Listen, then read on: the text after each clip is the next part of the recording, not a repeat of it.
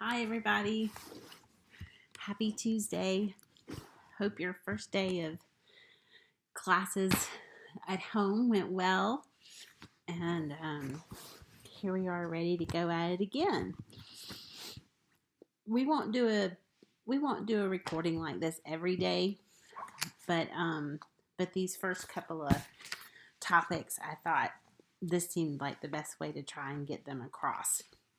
I wish we were together so we could have conversation and discussion and questions. But we can't. So please feel free to put questions on the wall, things you think everybody else might benefit from as well, or contact me some other way too if you want, if you'd rather. But I am happy to try and answer any questions that you might have. Anyway, so today we're going to talk about the Greek city-states and how they were organized. And let's see if I can keep from saying maybe y'all should keep tally for me. Just kidding, don't do that. But anyway, yeah, so we're going to talk about how they're organized. And there are lots of words that you're going to run across as we read about the Greeks. And some of the words will be like demos and agora and ecclesia, different terms like that. And I would love for them to make more sense to you than they might just at first reading. And I want to unpack them a little bit so you can navigate these terms and understand what they mean in the structure of the city. So, like all pagan civilizations, the Greeks organized their social structure like a pyramid. In other words, there were elites at the top, and most of the other people were down at the bottom. There were multiple levels, just like you remember when we talked about Babylon and how they had the Nam Lugal, right? The big man right at the top. And we see that really in the Greek city-states as well. Something very, very familiar, or similar at least. So, first of all, they had what's referred to as the basileus. The basileus was, in essence, the name for the whole community. All the people, the slaves, the landholders, the free people, they're all part of what is referred to as the basileus. This was their primary identification, really. Although the Greek city-states all spoke Greek and they shared a similar Greek culture, although they were bound together in political alliances with one another, they never saw themselves as Greeks. In fact, even the word Greek was a word that was applied to them only by others. They didn't call themselves that at all. Their primary sense of identity came from the basileus, from the gathering. They would have had a very hard time with the coronavirus quarantine. The second term that I want you to be familiar with is agraros. And this is a second point of identification for the people in the city-states. These were the actual landholders and the people who possessed the land.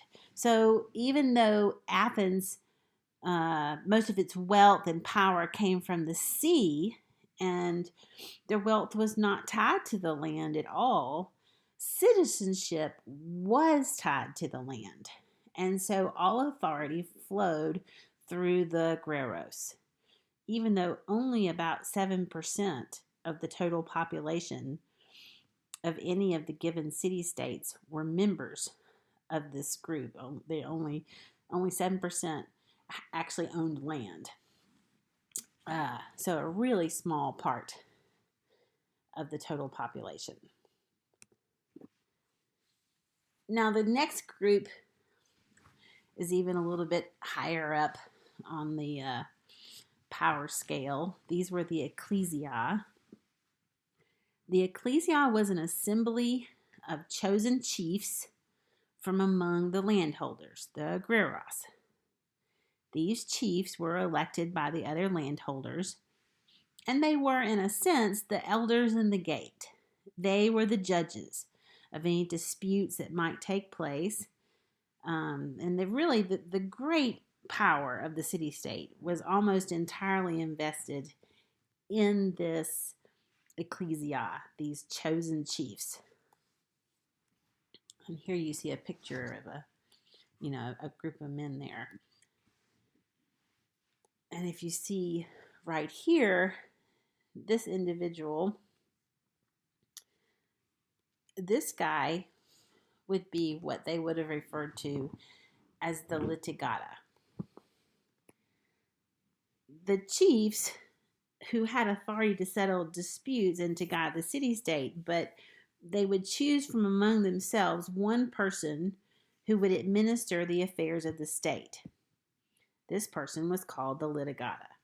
And this is where we get our word litigator or litigation. It's a legal term that means to be invested with all legal power.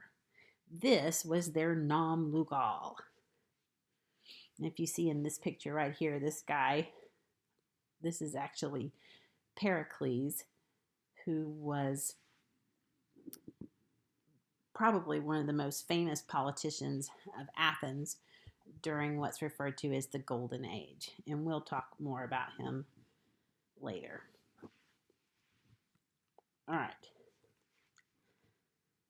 So to break this down a little bit, you've got this big community, the basileus, and in that community, you've got smaller numbers of people who actually own land, and that's the agraros. And among those who own land, you have a smaller group of people who are the chiefs, the ecclesia. And then from amongst the chiefs, they would choose from among themselves the litigator or the litigata. And all three of these, the agraros, the ecclesia, the litigata, these were all just different titles. They were all considered citizens. And the Greek word for that was demos. Demos is the same thing as a citizen, and all three of those were citizens. Okay, so another term that we want to be familiar with below these people, so not considered to have political rights. They couldn't vote.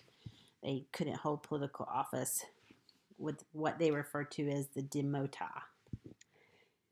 And it's where we get our word demoted. The demota were the family members of those citizens, in other words, the women and children. Women and children were demoted from being citizens. They were not demoted all the way to the point of being slaves. They were free. They had full legal rights, inheritance rights, or rights in the courts. They just didn't have any political rights. And then we have a group that are referred to as the Matoi Coi. Now, there was a large number of these people who lived in the city-states. These were free people, and the Matoi Coi were people who were just from another city-state, so they were considered foreigners. But they might live in Athens or Thebes, and they might even own land in Athens and Thebes. But because they were from another city-state, they didn't have political rights and weren't able to vote. They were considered sojourners in the land. And then lastly, we have what was referred to as chattel, which was their word for slave. They were considered fully owned possessions. They had no rights. They were property. They were not even considered to be human beings. So, really a hard place to be. So here again, I wanted to just kind of group them all together. In the basileus, you have the demos, the citizens, which included the landholders, the chiefs, and the main guy, the non-legal, right? And they referred to those as agraros, ecclesia, and litigata.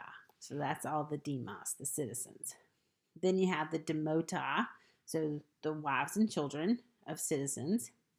You have the Matoi Coi, the foreigners who might live there but didn't have political rights. And then you have the slaves, the chattel. And these are all the people who would make up the term basileus.